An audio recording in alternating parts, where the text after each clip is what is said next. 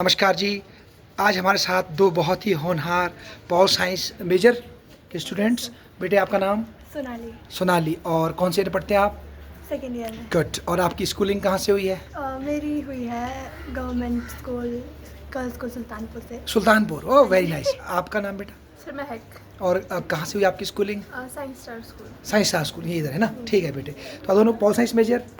Okay, मेरा question आपसे ये है कि एक कंपेरेटिव पॉलिटिक्स पढ़ते हैं हम, है ना, गवर्नमेंट एंड पॉलिटिक्स, इसके विषय में आपकी क्या राय है? क्या टॉपिक है इसका, क्या विषय है? कंपैरेटिव पॉलिटिक्स जो है हाँ। वो एक पॉलिटिकल साइंस की एज अ ब्रांच है। Okay. जिसमें हम स्टडी करते हैं different types of government, Good. उनके पॉलिटिकल सिस्टम के बारे में, प्रोसेसेस के बारे में, institutions, infrastructure, processes like elections, voting, behaviour etcetera. Good, beautiful. अच्छा बेटा, आपके हिसाब से आपको क्या अच्छा लगा कंपैरेटिव पॉलिटिक्स में जो पढ़ रहे हो आजकल? सबसे अच्छा क्या लगा आपको इसमें? कोई भी टॉपिक। सबसे अच्छा तो यही है कि हम कंपेयर कर सकते हैं Good. और कंपेयर करने से हम अपनी जो हमारी जो कंट्री की जो हमारी कमियां हैं वो हम जान सकते हैं। जैसे कि इंडिया में मुझे लगता है कि बहुत ज़्यादा कमियां हैं। अच्छा, और जैसे कि सर यहाँ पे कास्टिज्म है बहुत ज़्यादा। हाँ ठीक है। और कास्टिज्म है। हाँ। और यहाँ पे करप्शन, पॉलिटिकल करप्शन भी होता है। गुड। छोटे छोटे स्तर पर ज़्यादा करप्शन होता है और शाबाश। बड़े बड़े स्तर पर भी होता है होता है, corruption। हाँ। गुड। और मुझे लगता है कि जैसे कोई क्राइम होता है तो यहाँ पे ऐसे लोग बहुत ज़्यादा होते हैं कि हमारी पहचान है, हम हमारे हाँ, लिंक के बुते पे। गुड वो गुड।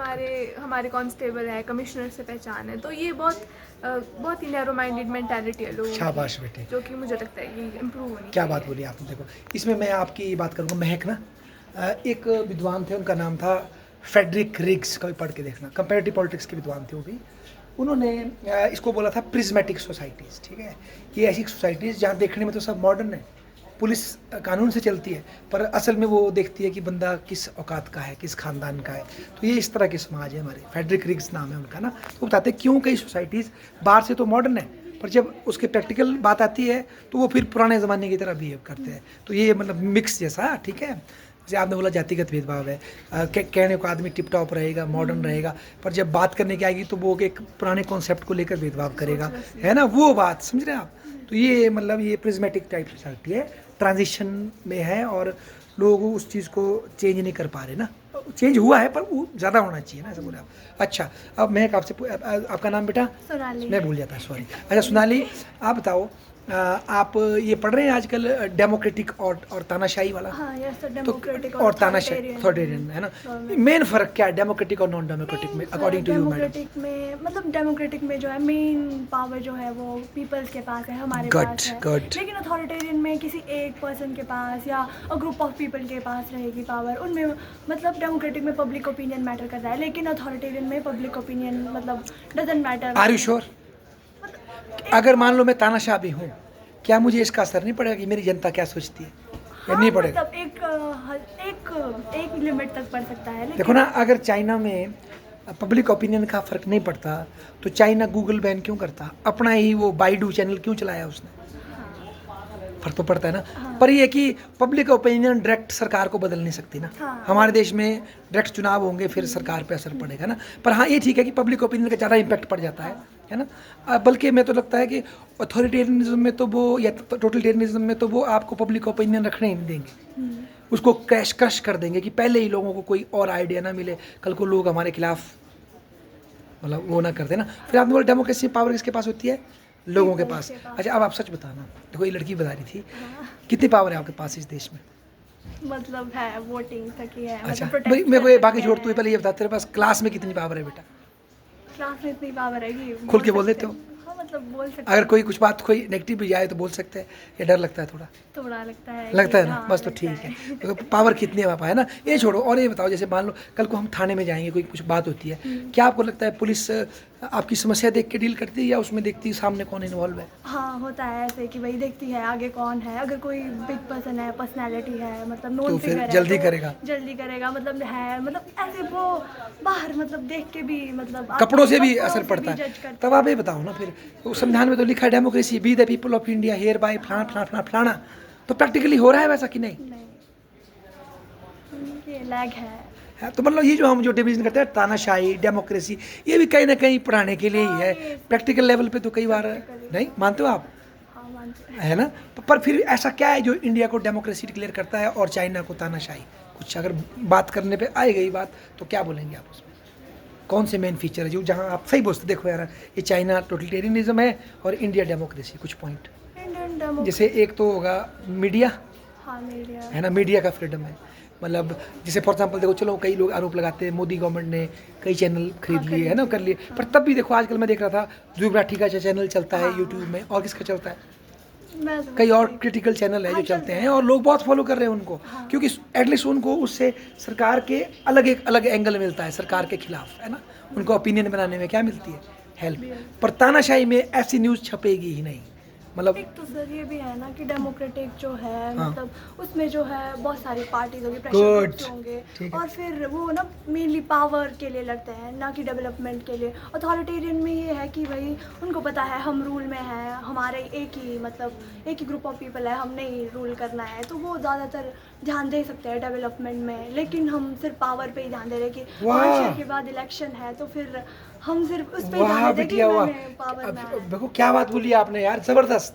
बताऊँ मैं आपको, ये एक नई डिबेट चली हुई है कि डेमोक्रेटिक सिस्टम की तुलना में तानाशाही जल्दी डेवलपमेंट कर सकता है, क्योंकि डेमोक्रेसी में क्या होता है, नेता लोग कोई ऐसी बात नहीं करते जो जनता को पसंद ना हो। आपने देखा मंडी में इतना वो आया है ना, मंडी शहर में भी आया, कल को कुल्लू में भी आ सकता है, उत्तराखंड में आया, किसी भी नेता ने ये नहीं बोला कि कृपया नदियों से घर क्या बनाए, दूर बनाए, नालों पे कब्जे ना करें, नालों से दूर बसे, ये बात नहीं कर रहे, मुआवजे मांग रहे हैं, फिर से दोबारा लोग फिर उन्हें नालों में घुस जाएंगे, मतलब ये कड़वी बात नहीं हम कर सकते, क्योंकि क्या होगा फिर जनता ना नाराज हो जाएगी, तो ये एक समस्या है। जबकि तानाशाही ठीक हो रहे, चुनाव उन्होंने लड़ना नहीं है, तो वो अपना फोकस चुनाव लड़ने के बजाय ऐसी पॉपुलर स्कीमें फ्री करने के बजाय वो अपना फोकस लॉन्ग टर्म विकास पे कर सकते हैं। इसका बड़ा उदाहरण मिलता है हमें, ये जो साउथ ईस्ट एशिया कंट्री सुना है आपने, ये जो आसियान कंट्रीज सुना, ये जो अपना ये सिंगापुर बेटा आज से 50 ईयर्स पहले गरीब देश था, वहाँ एक बंदा था ली कॉन यू, तानाशाह थे वो, उन्होंने सिंगापुर को 30 ईयर्स में वर्ल्ड का एक डेवलप कंट्री बना दिया, और डेमोक्रेसी नहीं थी, पर उन्होंने मेन फोकस किया एजुकेशन और ट्रेड और उस पर, और वो सिंगापुर डेवलप हो गया। तो ये थ्योरी उठ रही है कई जगह कि डेमोक्रेसी, गरीब देश डेमोक्रेसी से जल्दी अमीर नहीं हो सकता, तानाशाही से हो सकता है, अगर उसके जो रूलर है वो अच्छे हो, मतलब उसके रूलर का दिल कैसा हो, देश की भलाई के लिए हो, अपने फ़ायदे के लिए ना हो, ठीक है। तो ये भी डिबेट आजकल सही बोला आपने, ये उठ रही है कि डेमोक्रेसी में तो चुनाव में पैसा खर्च करने लग जाते हैं, चुनाव जीतने के लग जाते हैं, और लोगों को इम्प्रेस करने के चक्कर में वो गलत वादे करते हैं, और देश को क्या हो जाता है उसमें लॉन्ग टर्म में नुकसान। ये आपने बहुत अच्छी बात बोली, ये भी एक मुद्दा उठ रहा है। अच्छा, आप कुछ और बोलना चाहें, कंपैरेटिव पॉलिटिक्स जब पढ़ रही है तो क्या लगा आपको? और सर जैसे कि फॉर एग्जांपल ये जो हम पढ़ते हैं कि भाई फ्रांस की गवर्नमेंट ऐसी है, इंडिया की ऐसी है, इससे हमें क्या शिक्षा मिलती है कंपैरिजन करके? सर इससे यही मिलता है कि हम कहाँ लैग कर रहे हैं। नहीं पर सुनो, फ्रांस का तो अलग सिस्टम है ना, उसकी हिस्ट्री अलग है, इंडिया की स्थिति अलग है, फिर कंपैरिजन करना क्यों जब हमारी अलग अलग स्थिति है, हम अलग आज़ाद हुए, वो पहले आज़ाद हुए, हमारी आबादी अलग, हमारे लोग अलग, फिर क्यों करें कंपैरिजन? हम तुमसे सीख सकते हैं सर, उनके अभी सीख सकते हैं। एक्सपीरियंस से सीख सकते अच्छा, हैं, वो भी सीख सकते कुछ हैं। ना कुछ हम सीख ही सकते हैं। गुड, अच्छा आप बोलो क्यों करना कंपैरिजन? कई बार कंपैरिजन करने से दुख भी तो होता है, फालतू में जेलसी होती है। हाँ मतलब हो सकता है, लेकिन हम पॉजिटिव साइड देख सकते हैं ना। पॉजिटिव साइड बोले तो हाँ, बोले मतलब जैसे कि जैसे कि अच्छा कि फ्रांस में लोगों को पार्टिसिपेशन कितनी अच्छी मिली, हमारे यहाँ कितनी मिली, ऐसे कंपैरिजन कर मतलब वो सकते क्यों है डेवलप, मतलब क्यों कर रहे हैं डेवलप, हम क्यों लैग कर रहे हैं। हाँ। तो फिर मतलब क्या कमी है हमारी हिस्ट्री, उनकी हिस्ट्री में, कल्चर में, हाँ। कहाँ पे लैग कर रहे हैं, इससे सीख सकते हैं। मतलब आइडिया लगता है। लगता अच्छा, है। एक और बात, ये जो आपने ये पढ़ी है राष्ट्रपति और अध्यक्षात्मक सरकार, राष्ट्रपति और पार्लियामेंट्री फॉर्म अभी नहीं पढ़ा अभी था? पढ़ा अभी अच्छा, तो और फेडरल और यूनिटरी पढ़ लिया? नहीं अब पढ़ना है। अच्छा अगर आपके हिसाब से सबसे बेस्ट फॉर्म ऑफ गवर्नमेंट कौन सी आपके हिसाब से, आप बोलो। मेरे हिसाब से हाँ, और क्यों, एक दो पॉइंट।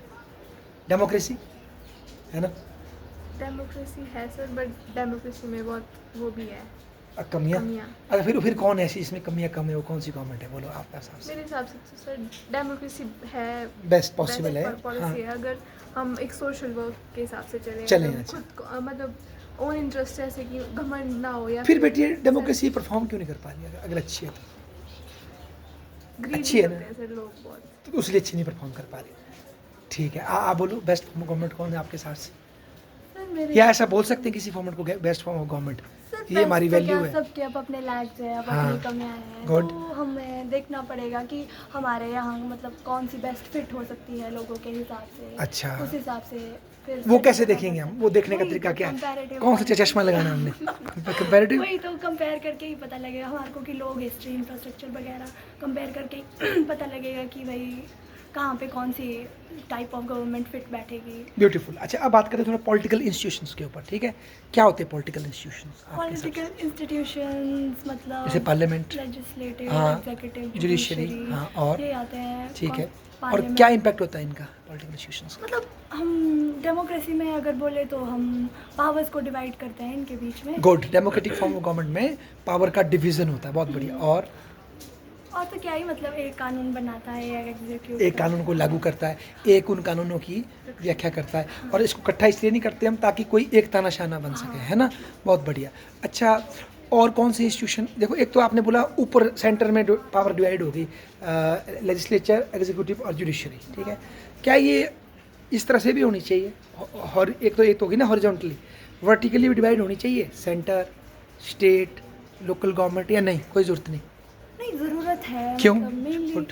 मतलब एक सारी पावर दिल्ली में दे दे तो क्या नुकसान नहीं होगा? सारी नहीं बोल रही हूँ मैं, मतलब एक होना चाहिए कि मतलब एक प्रॉपर पूरे सेंटर भी देखे, मतलब ठीक है। स्टेट भी देखे। हाँ। नहीं तो ऐसा हो जाएगा ना, अगर प्रॉपर पूरी पावर अगर सेंटर के पास चली जाएगी तो वो एक ही बार में से पूरी इतनी कंट्री को कैसे देखेगा, कैसे फाइनेंशियल संभालेगा, कैसे। चलो, हम बहुत इंटेलिजेंट लोग बिठा देंगे ऊपर, फिर नहीं नहीं, ऐसा तो भी पॉसिबल नहीं है। क्यों नहीं पॉसिबल? नहीं तो नहीं सर, हर एक जगह देख पाना बहुत मुश्किल है। अच्छा, आप क्या बोलते, क्यों मतलब नहीं? वो बात है कि मतलब किसी गांव की सिचुएशन कैसे जान पाएंगे, उनको हाँ। वहाँ जाना पड़ेगा तब उनको शाबाश, पता मतलब ये ह्यूमनली पॉसिबल नहीं है ना।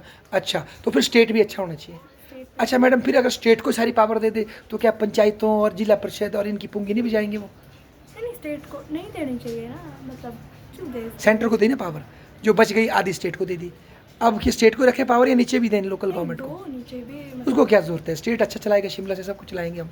नहीं नहीं, क्यों? है ज़रूरत। आप बताओ, शिमला, अगर शिमला में सारी पावर हो जाए, कुल्लू की पावर कम कर दी जाए या आपके पंचायत की पावर कम कर दी जाए तो क्या नुकसान होगा? या चल पड़ेगा शिमला सिटी? सर नुकसान ये होगा कि मतलब उनको हर जगह का नहीं उतना इन्फॉर्मेशन। हाँ, वही बात आ गई, वही लॉजिक, जो ऊपर था वो नीचे आ गया ना। बहुत बढ़िया। तो इसका मतलब क्या है बेटे, अच्छी गवर्नेंस के लिए पावर्स का वर्टिकली डिवीजन होना भी ज़रूरी है। कुछ पावर सेंटर में हो, जो जिसकी जरूरत वहाँ नहीं है वो नीचे आ जाए, और जो बहुत सी पावर है जो लोगों की ज़िंदगी की है वो लोकल गवर्नमेंट में हो, ठीक है ना? आपकी पंचायत, जिला परिषद, इसमें, ताकि लोग वहाँ पर उनकी प्रॉब्लम सॉल्व हो सके। अगर उस काम के लिए उनको शिमला जाना पड़े तो पागलपन है ना। क्या बोलते हो आप? नहीं? तो जो इसमें जो इंडिया में 73rd हमने अमेंडमेंट लाया, 74, उससे कुछ फ़ायदा हुआ है कि नहीं? आपका गांव में रहते हो कि शहर में रहते हो? शायद अच्छा, कहाँ है घर आपका? घर तो पीज में है बट वैसे गांव में भी है ना घर। तो बताओ, पंचायतों का फ़ायदा हुआ या वो पावर देने से फ़ायदा हुआ या नुकसान हुआ? What do you feel? Sir फ़ायदा भी हुआ है, जैसे कि हम गांव की डेवलपमेंट भी होती है, जैसे कि हो रोड रही है। वगैरह। अगर कुल्लू से होती तो डीसी साहब ही करते तो क्या दिक्कत थी? दिक्कत तो कुछ नहीं थी, कुछ नहीं बट थी? ऐसे गांव का कुछ मुद्दे जो हैं प्रॉब्लम गांव के, आपके बीच गांव के बेटर मुद्दे पंचायत के लोग समझ सकते हैं कि डीसी साहब समझ सकते हैं कुल्लू में बैठ के? गेस करो, कौन समझते बेटर, डीसी समझेगा या गांव के लोग जो गांव में रहते हैं? है ना? हाँ, तो फिर उनको पावर देना ज़रूरी है कि नहीं? Yes sir. है ना? तो जो अच्छी गवर्नेंस होगी बेटा, वहाँ ना केवल ये आपने बोला ये एग्जीक्यूटिव, लेजिस्लेचर, जुडिशरी, बल्कि इन 3 ऑर्गन लेवल में भी क्या होगी, पावर डिवाइड करनी पड़ेगी बेटा। सब लोग थोड़ी पार्लियामेंट जा सकते, और ना ही हर मुद्दा पार्लियामेंट लेवल का होता है, वो लोकल लेवल का भी होता है, नहीं? तो वो भी हमें पावर देनी पड़ेगी, तब ज़्यादा बेटर गवर्नेंस। और पॉलिटिकल इंस्टीट्यूशन हमें रास्ता देते हैं ना। अब पंचायत अगर एक इंस्टीट्यूशन बनाया अपने गांव में, उसको कुछ पावरें दी, तो तब वो लोगों के व्यवहार को उसके प्रति क्या करेगा, वो शेप करेगा ना। फिर लोग उसमें अपनी डिमांड उठाएंगे, बात रखेंगे, सॉल्व करेंगे, लोगों को कॉन्फिडेंस बढ़ेगा और सिस्टम और ज़्यादा क्या हो जाएगा, मजबूत हो जाएगा, है ना? अच्छा, और कोई बात आपको बहुत अच्छी लगी होगी? कंपैरेटिव मेथड पढ़ा आपने? आपको क्या लगता है क्या है कंपैरेटिव मेथड? कंपैरेटिव मेथड्स जो है, वेज एंड टेक्निक्स हैं। ठीक है, जिनके हिसाब से comparison करने के। हाँ, कंपैरिजन कर सकते हैं। ठीक है, और कंपैरिजन क्यों करते हैं हम फिर? कंपैरेटिव मेथड से निकलता क्या है? मतलब कंपैरिजन हम इसलिए करते हैं, हर मतलब बेटर बनाने के लिए, चीज़ों को बेटर बनाने ठीक के लिए है। हम कंपैरिजन करते हैं। गुड। और आप बताओ, कंपैरेटिव मेथड करके जब कंपैरिजन करते हैं उससे क्यों करते हैं? उसका एक बार बेटर बनाने के लिए ना।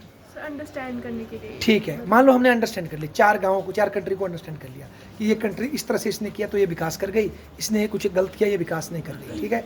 तो उसके करने के बाद हम क्या करेंगे, फिर उससे क्या बिल्ड करना चाहेंगे हम उससे? जब आपने अंडरस्टैंड कर लिया फिर क्या बिल्ड करते हैं आप? अपना सकते हैं उनके। हाँ, ऊपर उसको अपनाने के लिए कुछ शब्द तो देंगे ना, क्या? थ्योरी बिल्ड कर। हाँ, थ्योरीज बनाएंगे हम, ठीक है, कॉन्सेप्ट बनाएंगे कि देखो अगर इस तरह से करेंगे तो ये डेवलपमेंटल ट्रैप है, ये करेंगे तो डेवलपमेंटल पुश हो जाएगा आपको। तो जब हम किसी चीज़ को ऑब्जर्व करते हैं ना और उसमें बार बार सिमिलरिटीज मिलती है हमें, तो उसके बेस पे हम एक थ्योरी बनाते हैं कि भाई इस ऐसा करके ऐसा हो रहा है तो ये हमारी थ्योरी है। फिर वो थ्योरी जब बन गई तो और लोग उसको इजीली क्या कर सकते हैं, स्टडी कर, सिर्फ हम ही थोड़ी करेंगे स्टडी, हमारी थ्योरी आगे भी जाएगी ना।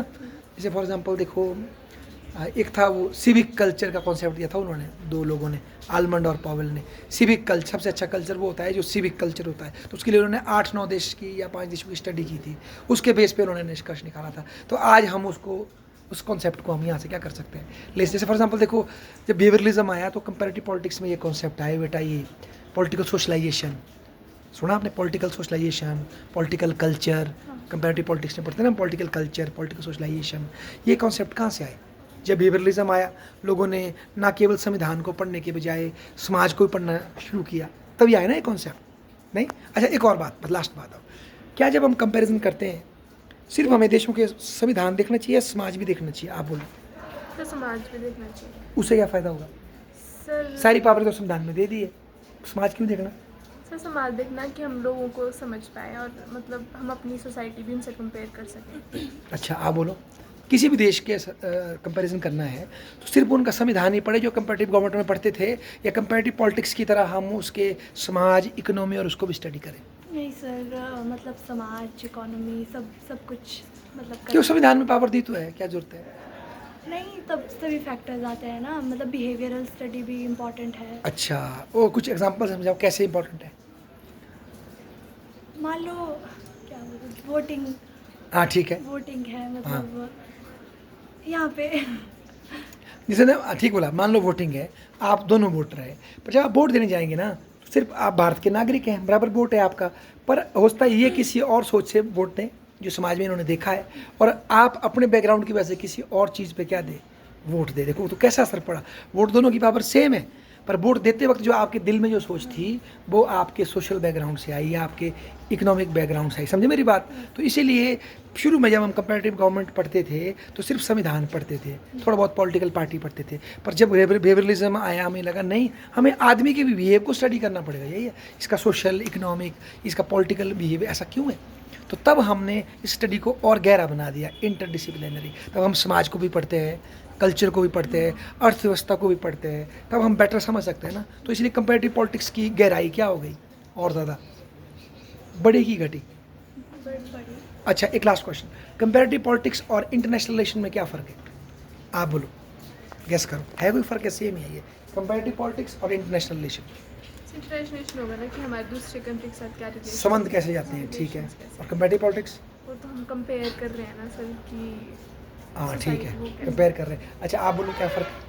सर इंटरनेशनल रिलेशन बेसिकली है कि भाई हमारे रिलेशन रशिया के साथ कैसे हैं, ठीक है। मतलब वो ठीक भी हो सकते हैं, मतलब ख़राब भी हो सकते हैं। अच्छा। लेकिन कंपैरिजन तो हम किसी के साथ भी कर सकते हैं, यूएसए, रशिया, मतलब तो बात तो एक ही हुई, हाँ मतलब यही है। तो थोड़ा फ़र्क क्या है?